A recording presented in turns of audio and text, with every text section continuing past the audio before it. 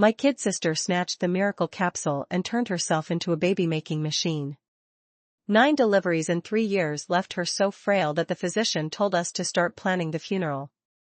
The body type she disdained, the one that drove every man wild, won me the tycoon's favor.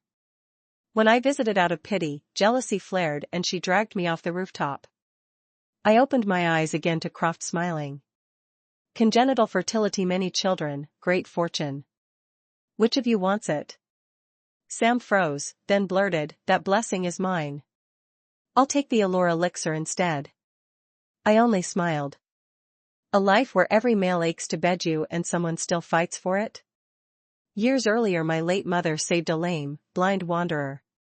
A decade later the enigmatic Croft repaid the debt at our door, presenting 2 serum vials that could rewrite a woman's biology. Swallow the fertility serum and you'll bear endless offspring, your figure growing lush. Sip the allure elixir and you'll become seductive and irresistible, soft as silk. Surprisingly, Sam refused the fertility serum. Madeline nearly lost her mind. Foolish girl, don't talk nonsense. The fertility serum is perfect. Once you're inside the Sterling dynasty, if you give Cameron a son on the first try, your position is unshakable. Father nodded. The CEO is past 30 without an heir. Produce his first child and you'll be first lady. Sam, stubborn as stone, insisted that whichever of us gave Cameron a son would secure the family a billionaire son-in-law, playing the generous sister who wouldn't compete. Madeline and father exhausted every plea. Finally they pressed the fertility vial into my palm while Sam swept the allure elixir away. Just like last lifetime, dead mother, biased father, scheming stepmother, spoiled sister, and me without a voice. No one asked my opinion. Sam sauntered past, gloating. This time the title of Mrs. CEO is mine. You can grunt out piglets until you drop. Clearly I wasn't the only one reborn. The Vance line has always been insanely fertile. Father had 3 elder brothers, 2 younger, 1 elder sister and 6 younger sisters. My generation averages 3 sons and 2 daughters per household. Father is only a small-time Eastbrook entrepreneur, yet Sylvie chose Sam and me as potential daughters-in-law because of our hyperfertile genes. Last life Sam took the fertility serum, obsessed with birthing the Sterling heir and rocketing to the top. She never guessed the serum would bloat her frame. Plain-featured and big-boned, she ballooned into a bear. Cameron adores beauties and tiny waists, her fertility couldn't buy his affection, only a slot as breeding stock. Sam's obese as a sow, if she couldn't pop out brats I wouldn't touch her. Sleeping with her sickens me. I love Avery, yet only Sam can breed. Cameron said it so often that a mother's price as her son became a joke when applied to her. 4 pregnancies in 3 years, 2 sons, 7 daughters grew her fatter, uglier, weaker, until a gynecological hemorrhage wouldn't stop. The private physician told the family to arrange the funeral. I, who drank the allure elixir, stayed willowy and radiant. Once I moved into the Sterling cliffside mansion, Cameron spoiled me like a queen, and though I never conceived, I became Mrs. Sterling. Sam could have been saved, but Cameron wanted her gone. Only after I lavished every bedroom trick did I coax a reprieve. Before I could tell her, Sam yanked me off the 30th floor balcony, crazed with jealousy. You stole the allure elixir. Stole Adrian. Stole the throne. Planning to steal my children too? If I can't live, you can die with me. While Sam bathed to prepare for her dose, I slipped outside and chased Croft to the gate. What's wrong? He asked. Through tears I poured out the perils of childbirth. My mother died in labor last year. The moment she stopped breathing, father ushered his illegitimate through the door. I'm grateful for your gifts, but when I remember her death I'm terrified. Croft sighed. I hadn't realized mortals here gamble their lives to continue a bloodline. Since you're her descendant, I'll add something useful. He handed me a biometric safe. I peeked inside and my heart pounded. Gratitude, not vengeance. An alchemist who wields real power will help once he hears the danger. After Sam swallowed the allure elixir it was as if her bones were recast. Her waist shrank, her face glowed. A sweet scent drifted from her skin, every smile poured honey. The staggering transformation dazzled father and Madeline, flipping their scorn into approval. Madeline beamed. "Vivian, look at you, Cameron, and every man alive will fall." I nodded. "Precisely, CEO, assistant, board chairman, physician, even the security detail, none can resist wanting her." Father laughed. "Sweetheart, your brother's futures rest in your hands." I nodded again. "Right, those boys are as dim as he is, without help the mud won't stick to the wall." I lifted my gaze and met father's glare. "Dim as I am?" Oops, spoken aloud. I blinked innocently. "Dim as you? Who said that?" He huffed, "Your two brothers." I gasped, "Father, are you ill?" "Why insult yourself? In my eyes you're invincible." He squinted, unsure he'd heard correctly. Madeline shrieked, "Avery, you've exploded. You're built like a wrestler, your waist is a barrel. Forget matching Vivian's self-shape, but you can't waddle into sterling manner like a sow. If Cameron loathes the sight, your fertile belly won't save you." I almost laughed. "I've gained, but hardly ballooned." Curves branded as porcine, her vision is warped, she should donate her useless eyes. Sam flicked a glance. "Control yourself. Cut the cakes, ditch the lattes, skip lunch." Father approved. "Do as she says." I chuckled aloud. This household survives on my mother's dowry and they dare starve me? I sighed in mock worry. We move to the Sterling Hilltop mansion soon. I'm so huge starving won't shrink me in time. I turned to Sam, feigning admiration. "Unlike you, slim and long-legged. Just your arms are a bit thick, a little effort and you'll be perfect." Sam preened when she heard my praise, but the moment she caught the rest of the sentence she went rigid, staring at her own arms and asking Madeline if they looked fat. Madeline answered that a little thinner would be even better. In her previous life she had been mocked for being chubby, called a pig, and the memory still stung. She clenched her teeth and declared, "Then I'll just have to lose more weight. Before we move to the Sterling mansion I'll eat nothing but lettuce and carrots." George and Madeline beamed and called her sensible. For the sake of the good life ahead, a little hardship now is nothing. "You're our good girl, Vivian. Avery has no drive if she wants to stay fat, let her. The Vance fortune and status will depend on you, sweetheart." I hung my head, burning with shame at their words. The moment I turned away, I murmured to the private steward my mother had left me, "Cook the books, read and hollow them out. We're done bankrolling this nest of leeches." The steward hesitated. "You mean when Mr. Vance comes for money again, we give him nothing?" My eyes were ice. "If the accounts are empty, there's nothing to give."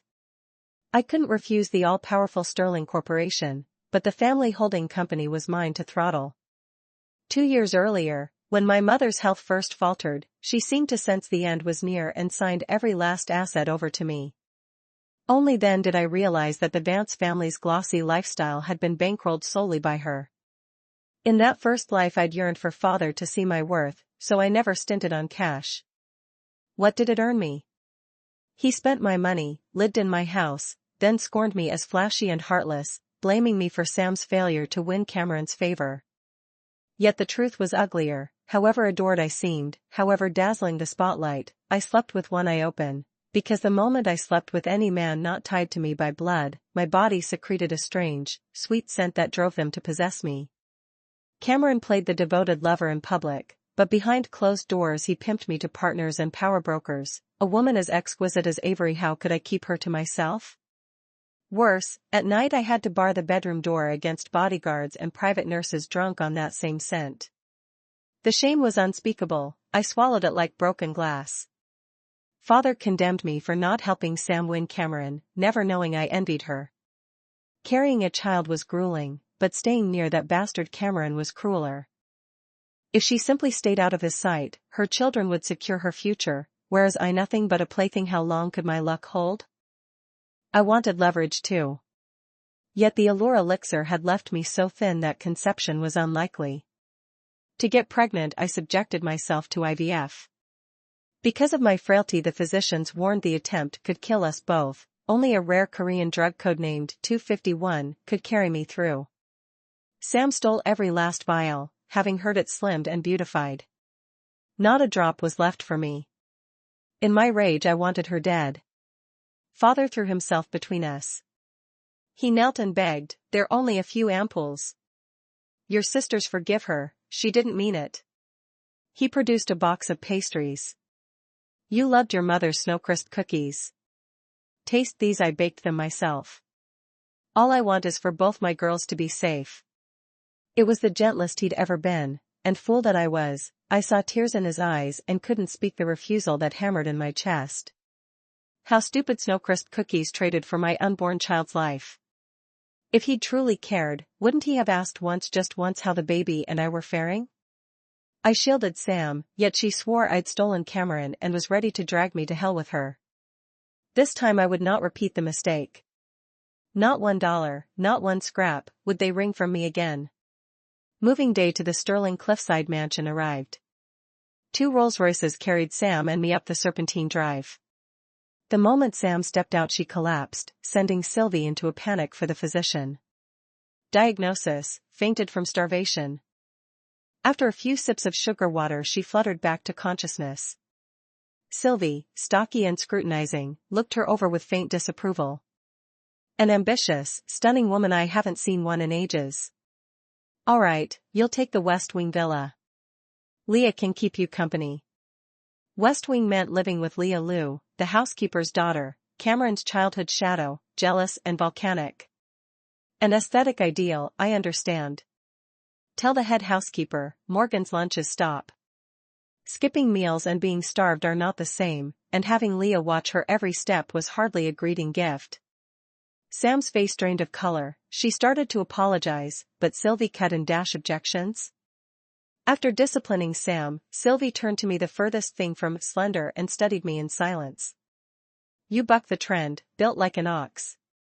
Good. You look fertile. I was dispatched to the remote North Wing villa. Luckily it stood empty, no one supervised me, and I reveled in the freedom. Days later Cameron arrived, dispatched by Sylvie.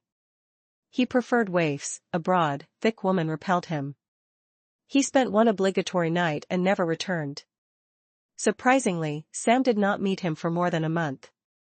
Each rendezvous was hijacked by Leah halfway.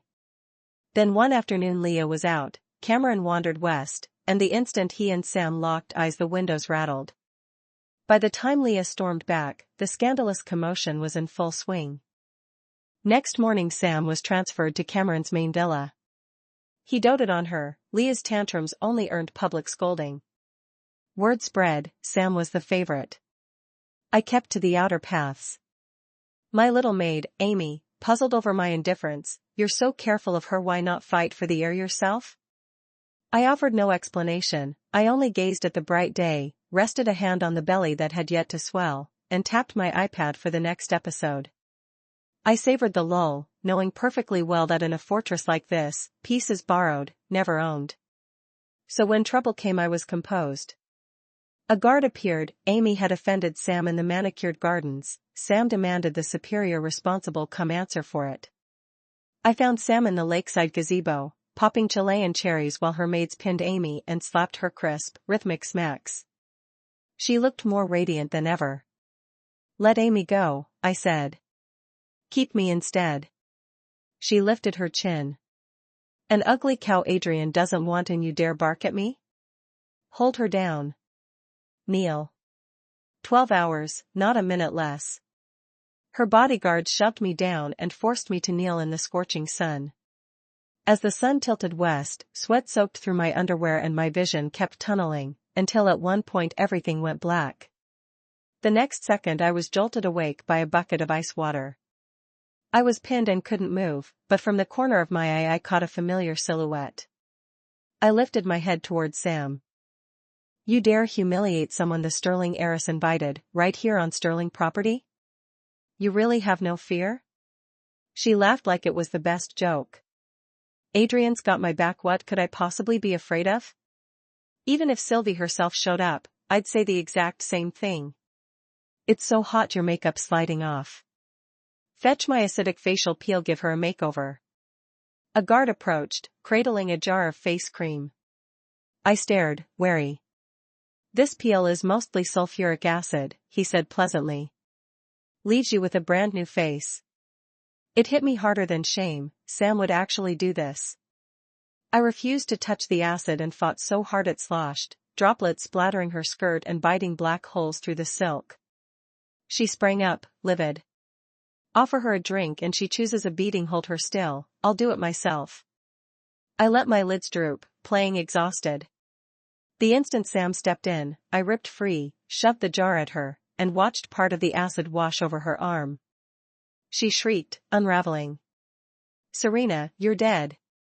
Before anyone could move, I rammed my belly against the gazebo pillar, wailing, my poor baby, mommy's useless, she can't protect you. One strike and blood sheeted down my thighs. Then I toppled into someone soft. Sam was not so lucky. Crack, crack, crack. A sudden Sylvie delivered slap after slap, eyes ice cold. Idiot, who gave you the balls to ignore me? A few nights with my little brother and you think you can touch a sterling child? How many miserable lives do you have to spare? Drag her out, handle it. Handle it meant endless ways to make Sam suffer. On the ground she looked up, cheeks swollen like scar-painted dumplings, soaked in tears. Now I believed her claim of fearing no one, because under Sylvie's fury she didn't beg. She added fuel instead. The CEO loves me best. Touch one hair and he'll make you pay. Sylvie's housekeeper burst out laughing. Please, this mansion is full of girls our young master once said he adored. Sylvie's face stayed hard. Think I'm scared to crush a powerless, brain-dead tramp? Since your mouth is so foul, 30 mouth slaps first. The guards obliged, blow after blow. Soon her tender skin split. Ah. It hurts so bad. Serena's lying, there was no way she got pregnant that fast. When I was heavier he hated it, the first time he never even touched me, she's lying. I was wrong. Please, young lady, spare me. The pleas weakened. But luck struck, Cameron arrived and ordered them to stop. Sylvie didn't flinch. Baby brother, are you instructing me? Veins throbbed in Cameron's temples. I just don't see a crime heinous enough to justify shipping her off. In a few terse sentences Sylvie's staff laid out what had happened. When Cameron learned I was pregnant, delight flooded him. Only once and you conceived?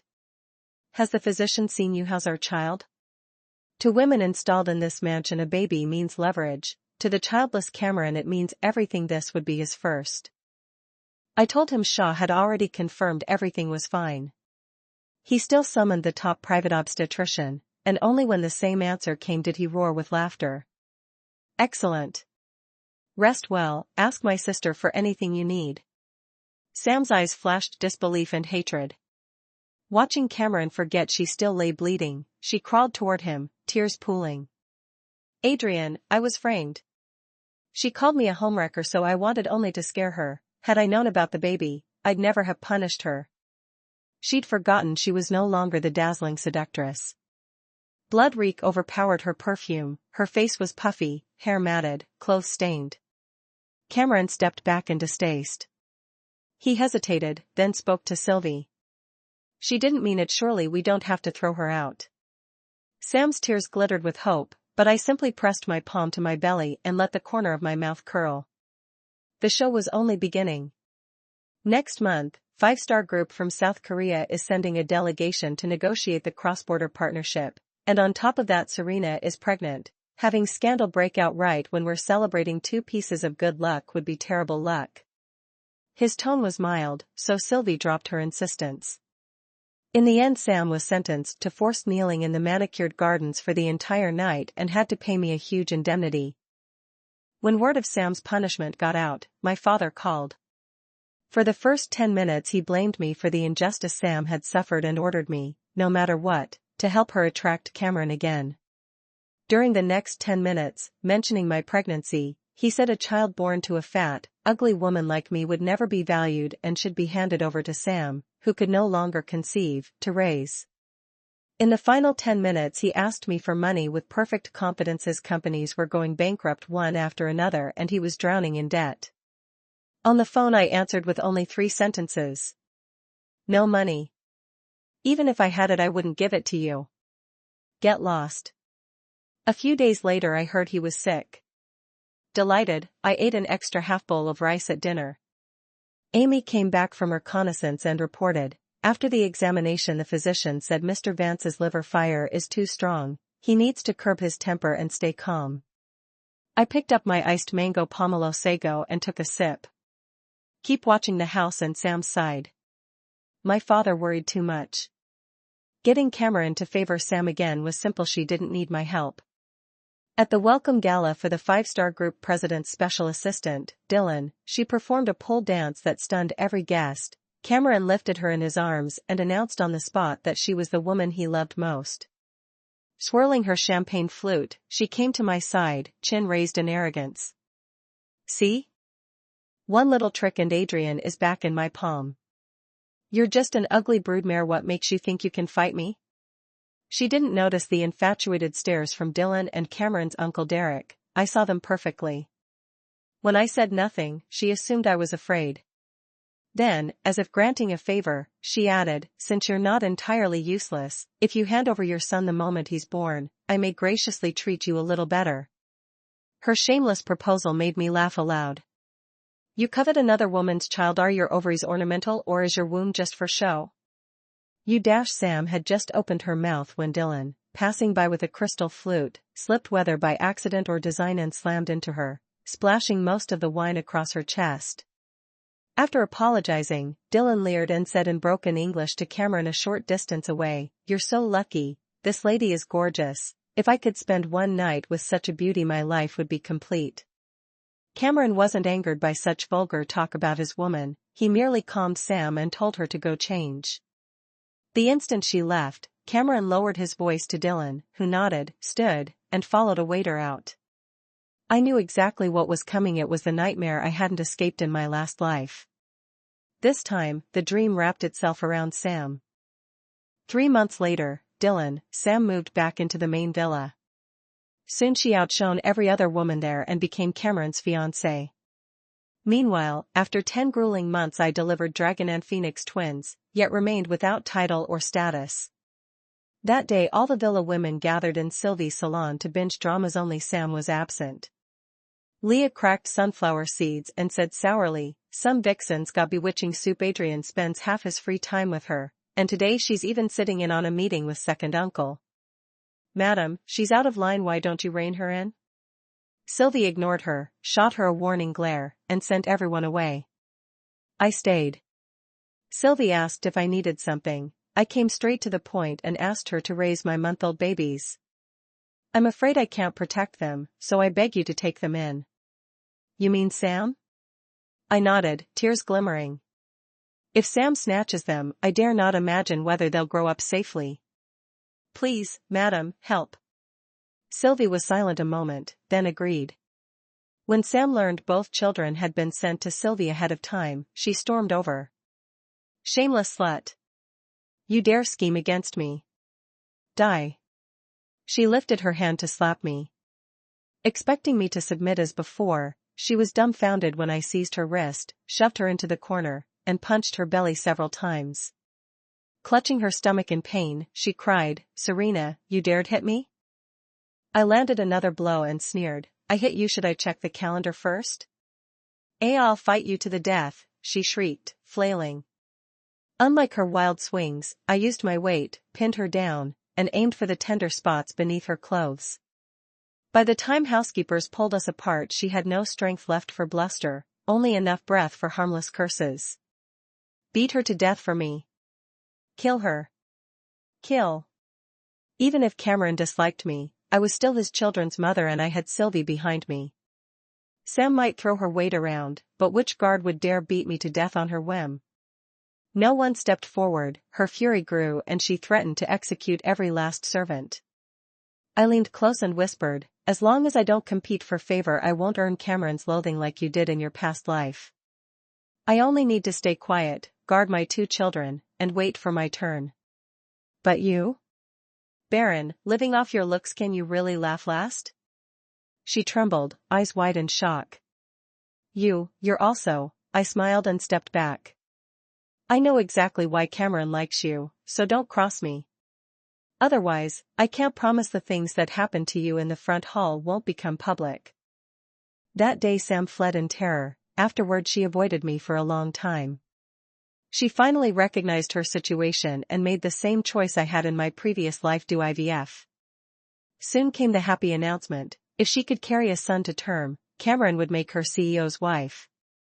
Sam was elated, strolling the gardens daily with a barely there bump, flaunting her status to anyone within earshot. After a while everyone detoured around the gardens. The scene lasted until 4 months later, when her pregnancy destabilized. The physician warned the child might not survive. In the worst case, mother and baby would die. Only South Korea's Formula 251 drip can pull her through the danger. Terrified of losing the baby and her life, she sent people scouring for Formula 251, but every ampoule on the market had already been bought by me. I told Amy, let our informant leak the news that I have the 251 in stock. Then, dessert in hand, I went to Sylvie. Thanks to the 2 children, I saw a lot more of Sylvie. Once you got past the big shot heiress act, she was actually good-natured and easy to talk to. Today, however, the moment I arrived, she pulled me into her bedroom wearing a grave expression. You've asked me more than once to watch Sam and second uncle. Did you already know about their filthy arrangement? The day I'd waited for had finally come. Yes, I knew. I felt the eldest sister deserved the truth, but I was afraid you wouldn't believe me. Too many people are involved. That's why I kept dropping hints for you to stay alert. I suspect Cameron is courting second uncle and the partners just to build his own power base. The day he's strong enough, he'll find a way to erase anyone in the group who can still challenge his voice. My words were brazen. Sylvie's face paled. You actually guessed that far? Her reaction told me she'd already dug up evidence of Cameron quietly moving against her husband, Mr. Brown. I asked what she planned to do next. Pain and confusion wrestled in her eyes. My own brother wants my husband dead. What can I do? I clasped her hand, my voice ringing clear. Eldest sister. A revolting, backstabbing man like that doesn't deserve to be called your brother. You treat him like family, fuss over his children, rock his babies to sleep, yet he won't even spare the man you love. She stared at me, eyes growing sharp. You mean? I led her to the twins' cradles, tickled the little girl with a cloth tiger until she giggled, then softened my voice. The group has heirs, nothing could be better. Don't you agree? I had barely stepped back into my rooms when Sam came hunting for Formula 251. Maybe she'd grown smarter, or maybe she was afraid I'd air her dirty laundry. Either way, for once she didn't bark orders. Instead she begged. We're sisters. Please, give me the 251. Dad told you to protect me, don't forget. Help me this once, let me give birth to the prince, and from now on I'll do whatever you say. Pretty words, but I didn't want to hear them. I pushed her hand away and sighed. You should have come earlier. Everyone knows 251 is hard to store and the holy grail of skin care. Half an hour ago I simmered every last drop into dessert and ate it. How was I supposed to know you needed it for your pregnancy? If only you'd arrived a bit sooner. Those were the exact sentences she'd thrown at me in my last life when I begged her to return the 251. Now I served them back, word for word. Watching the blood drain from her face, I finally exhaled the resentment that had choked me for 2 lifetimes. It felt heavenly. Her mask slipped, she glared as if she wanted to bite a chunk out of me. Serena, you did that on purpose. I absolutely did. Fury painted her cheeks crimson. Aren't you afraid I'll tell Adrian you deliberately harmed his unborn child? I shot her a look of contempt. Then guess whether I'll tell Cameron whether the baby you're carrying is Shaw's or Leo's? Unlike me in my last life who'd fought tooth and nail to preserve my reputation, Sam revels in male adoration. Not only does she willingly help Cameron run honey trap schemes, she also sneaks around with every strapping man who volunteers. She trembled. You've been spying on me. surveillance was only part of it. The real insurance sat inside the safe Croft had given me: colorless, odorless infatuation drops, miracle health capsules, and a vial that, given to a man, lets only a pregnant woman conceive. The first night I slept with Cameron, I slipped that potion into his drink. I wasn't about to explain any of this to her. I was only bluffing, but your reaction confirmed it. Still, relax, I am not that bored. As long as you stay out of my sight, I'll stay quiet, same as I did about you and Derek. Before I finished, her little nanny rushed in. Morgan. Mr. Vance sent word he's located the 251 and will deliver it in a couple of days. Overjoyed, Sam spun to leave. I stopped her with a cold snort. For Dad's sake, I'll give you one friendly warning: paper can't wrap fire, start planning now. She froze, then her eyes flashed viciously. Of course. I'm not nearly as stupid as you think. Indeed she wasn't. The instant her pregnancy stabilized, she told 50-something Derek the baby was his, then conspired with him to feed Cameron a slow-acting poison. Their plan was flawless: once Sam delivered the child, Emery would die of a sudden illness. Derek, as vice chairman and sterling family member, would produce a forged will naming Sam's infant the group's legal heir. A baby can't run a conglomerate, so until adulthood Derek and Sam, its mother, would act as regents. Right up until Cameron succumbed, everything ran like clockwork. It happened on a blazing, cloudless day. Amid the shouting at a general shareholders meeting, just as Derek stepped forward to unveil the fake will, an escaped convict burst in and stabbed him to death. Later, during a closed-door family session, Mr. Brown publicly exposed Derek and Sam's affair and their murder plot against Cameron. Sam refused to confess. I didn't do anything. I had no idea what Derek was up to. This is a frame-up cooked up by Mr. Brown and Sylvie so Serena's child can take the throne. Sylvie laughed coldly. Still squawking? Think you can wipe your hands clean? One by one the witnesses were called: her lovers, her nanny, security staff who'd seen her and Derek in flagranti. Exhibit after exhibit appeared: poison seized from her rooms, chat logs between her and Derek. With both testimony and evidence overwhelming, Sam had no choice. She collapsed on the floor, then twisted toward me in tears. Sister, you're close to Sylvie, help me. I'm young and beautiful, I don't want to die. You hinted I should strike at Adrian early. You can't just watch me die. I kicked her away. Stop slinging mud. I have 2 children, why would I harm their father? And I certainly don't have a sister who keeps trying to kill me. She shrieked as security dragged her out. My father and 2 younger brothers had also stuck their hands into this mess. Sterling cleaned them up along with the rest. When the dust settled, Cameron's only 2 children, my son and daughter, inherited his fortune outright. Until they reached adulthood, I would act as regent. At the Victory Gala, Sylvie and I appeared in haute couture gowns worth a fortune. Our crystal flutes met with a soft ring, and we smiled at each other. Cheers. Cheers. The end. Thank you for listening to today's story. If you enjoyed this video, please like and share with your friends. We look forward to reading your thoughts in the comments. Feel free to share your opinions, and don't forget to subscribe for more exciting tales. See you next time.